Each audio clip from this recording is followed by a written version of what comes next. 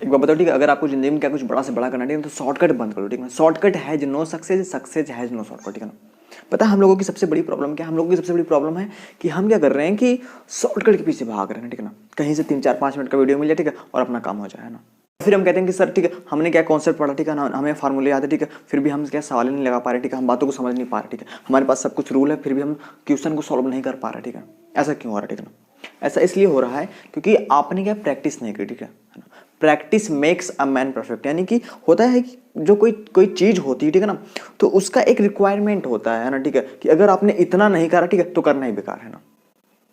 उससे ज्यादा करा तब भी बेकार, उससे कम करा तब भी बेकार, ठीक है ना। तो हर चीज का एक रिक्वायरमेंट होता है, भाई आपको इतना पढ़ना पड़ेगा, ठीक है, आपको इतनी प्रैक्टिस करनी पड़ेगी ना।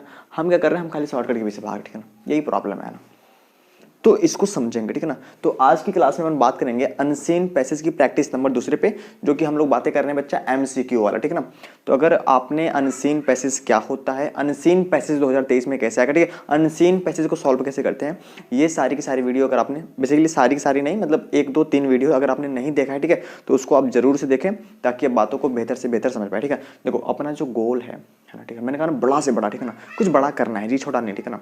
अपना जो गोल है वो है इंग्लिश को बेहतर से बेहतर समझने का और 70 में 70 मार्क्स लाने का, ठीक है ना।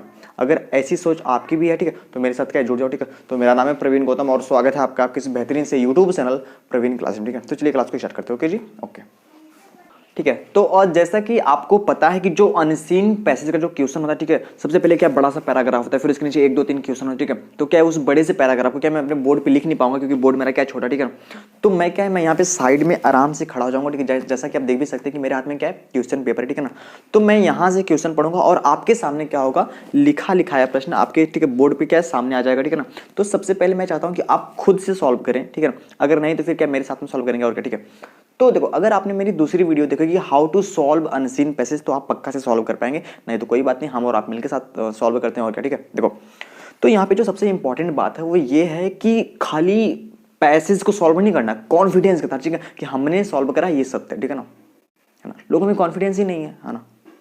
ठीक है, तो चलिए स्टार्ट करते हैं क्लास को, ठीक है। चलो तो मैं यहाँ पे आराम से खड़ा हो जा रहा हूँ, ठीक है, और ठीक है पढ़ते हैं और क्वेश्चन, ठीक है, सॉल्व करते हैं, ठीक है। देखो पहली बात, ये जो क्वेश्चन मैं लेके आता हूँ, ठीक है, बहुत ज़्यादा जांच पड़ताल करके कई सारे model paper, previous year paper, कई सारी किताबें, कई सारी सीरीज को पढ़ के मिला के देख के सोच समझ के, ठीक है, तब आपको देने का प्रयास करा है। जो क्वेश्चन का जो फॉर्मेट है ऐसा ही क्वेश्चन आपके एग्जाम में आएगा, मतलब फॉर्मेट यही रहेगा, मतलब ये नहीं कह रहा हूँ कि यही क्वेश्चन आपके बोर्ड एग्जाम में आ जाएगा, ठीक है ना, पर ऐसा ही मिलता जुलता रहेगा, बहुत सिंपल होगा, आप आसानी से सॉल्व कर पाएंगे, ठीक है। तो चलिए बिना देरी के ठीक क्लास को स्टार्ट करते हैं, बहुत सारी बातें कर ली हमने फटाफट से, ठीक है। देखो पार्ट ए नोट, ये पहला ही प्रश्न होता है, मैंने कहा सबसे पहले आंसर पैसेज को सॉल्व करेंगे, ठीक है। दूसरी बात क्या बताया था कि सबसे पहले क्वेश्चन पढ़ेंगे न कि पैराग्राफ, ठीक है। तो पढ़ते हैं, देखो कह रहा है कि when was Florence Nightingale born, option A है 1820, ऑप्शन बी है 1830, ऑप्शन सी है 1840 और ऑप्शन डी है जो 1850, यानी कि 1820, 1830, 1840 और 1850, ठीक है। अब हम क्या करेंगे, when was Florence Nightingale born, ठीक है। अब हो सकता है कि कुछ ऐसे लड़के हों, ठीक है, जिनको इस प्रश्न का मतलब ही समझ में नहीं आया, ठीक है, तो वो भी इसका आंसर आराम से कर ले जाएंगे, ठीक है ना। तो एक बार आपको समझाते हैं कि जब आपको बिल्कुल समझ में नहीं आ रहा है तब कैसे करें, और दूसरा आपको समझाते हैं कि आप समझ के कैसे करें, ठीक है। देखो अब हम, ठीक है, यानी हमने क्या कहा था तीसरे पॉइंट में कि ऑप्शन या क्वेश्चन से मिलता जुलता शब्द हम क्या करेंगे, पैराग्राफ में ढूंढेंगे, ठीक है। तो पैराग्राफ को पढ़ते हैं। पहली लाइन क्या है, कह रहे कि Florence Nightingale was first women who was awarded the order of merit for her pioneering works in nursing profession. She was born on May 12 1820, ठीक है। अब देखो 1820 मिल गया ना, ठीक है, अपना काम हो गया, बात खत्म, ठीक है। ऑप्शन ए क्या हो जाएगा, बिल्कुल सही हो जाएगा, बिल्कुल आपको कुछ और सोचने की जरूरत नहीं है, ठीक है।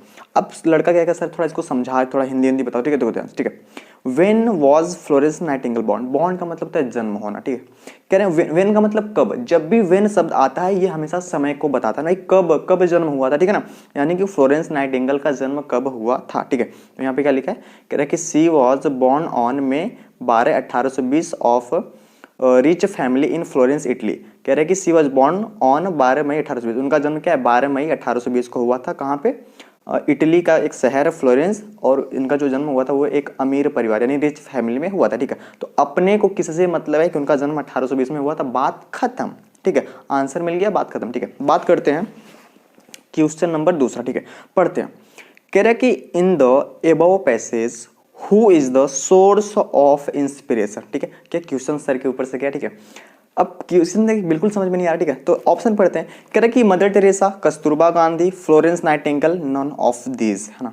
कहने का चाहता, कहना क्या चाह रहा है, ठीक है ना। कह रहे कि in the above passage who is the source of inspiration.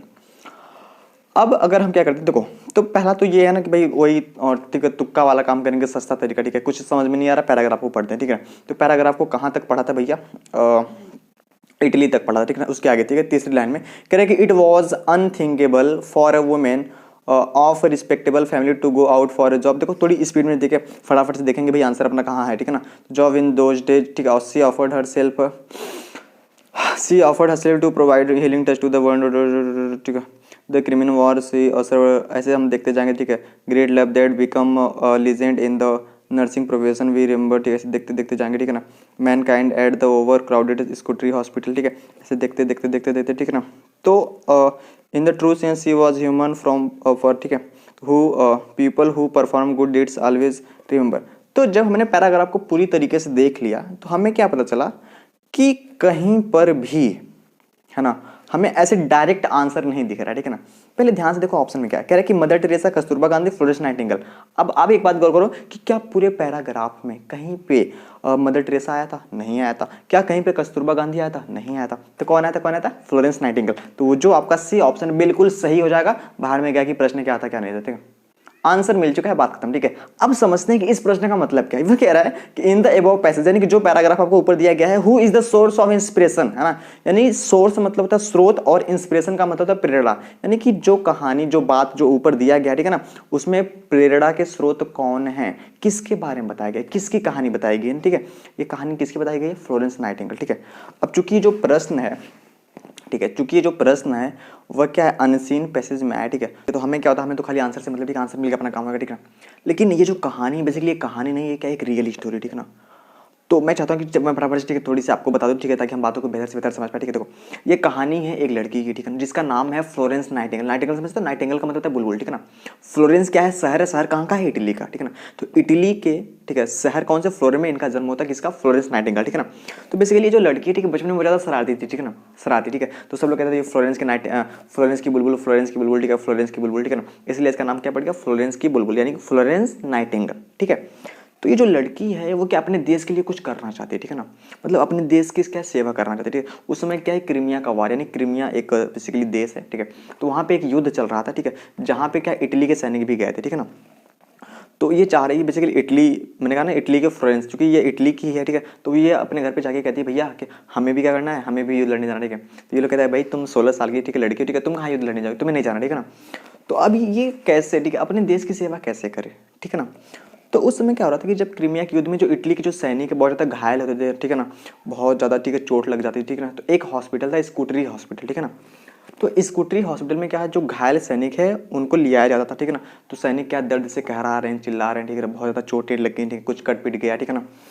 तो ये जो लड़की है, ठीक है ना, अपने घर वालों को कन्विंस करती है कि चलो ठीक है कि आपने मुझे क्या युद्ध में तो जाने नहीं दिया, लेकिन मैं जो सैनिक, जो मेरे देश के जो सैनिक है वो घायल होकर आए हैं, मैं उनकी सहायता करना चाहती हूँ, ठीक है ना। तो बहुत ज़्यादा मनाने उनाने के बाद घर वालों को मना लेती है, फिर वो जाती है, ठीक है ना। तो हॉस्पिटल में जाती है ना, ठीक है। तो वो क्या करती है, अपने सैनिकों का बहुत ज़्यादा, ठीक है, देखभाल करती है, बहुत उनका ध्यान रखती है, ठीक है। कोई सैनिक कहरा रहा है, ठीक है ना, ये क्या है, अपने हाथ में, उसमें क्या लाइट नहीं होता था, ठीक है, तो अपने हाथ में क्या ललटेन लेके, है ना, इसलिए इसको कहते हैं the lady with a lamp, है ना, ठीक है, फ्लोरेंस नाइटिंगेल, ठीक है। तो पता है दुनिया की जो सबसे पहली नर्स है ना, कौन है, फ्लोरेंस नाइटिंगेल, अभी समझा रहा हूँ, ठीक है। देखो तो ये क्या है, जब भी कोई सैनिक क्या कहराता हुआ आता, ठीक है, वो तो ठीक है, मतलब रात में सोई रहती, ठीक है, तुरंत ललटेन लेके उठ जाती, ठीक है, और फटाफट से बिना सोचे ना कि मुझे नींद आ रही है, कुछ नहीं जी, ठीक है, फटाफट से जाती और उनका देखभाल करती, ठीक है। तो जो सैनिक होते हैं, ठीक है, तो जो सैनिक है वो क्या उससे बहुत ज़्यादा खुश रहते थे, ठीक है। वो कहते थे, उसको बहुत प्यार से बहन कहने लगे, ठीक है, ये बहन, ठीक है ना, बहन का मतलब कहता है सिस्टर, ठीक है ना। तो सिस्टर, तो आपने देखा होगा जो नर्स होता है उसको हम लोग क्या कहते हैं बच्चा, सिस्टर कहते हैं, ठीक है ना। तो ये प्रथम, ये जो बात है ये वहीं से चली, ठीक है ना। तो इसलिए क्या हुआ कि हर 12 मई, यानी फ्लोरेंस नाइटिंगेल के जन्म के दिन नर्स दिवस मनाया जाता है, ठीक है। और दुनिया की जो सबसे पहली नर्स है वो कौन है? फ्लोरेंस नाइटिंगेल, ठीक है। तो ये जो कहानी बहुत ही प्यारी, ठीक है। तो खैर इनको क्या कहा जाता है? The lady with a lamp. अपने हाथ में हमेशा लालटेन लेके तैयार रहती है। जैसे कोई सैनिक घायल हो गया है तुरंत उसको मरहम पट्टी करना, दवाई वही देना, ठीक है, वो, ठीक है, ऐसे।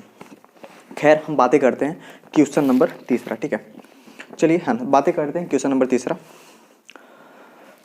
कह रहे कि select word from the passage which means opposite to the word hatred, है ना।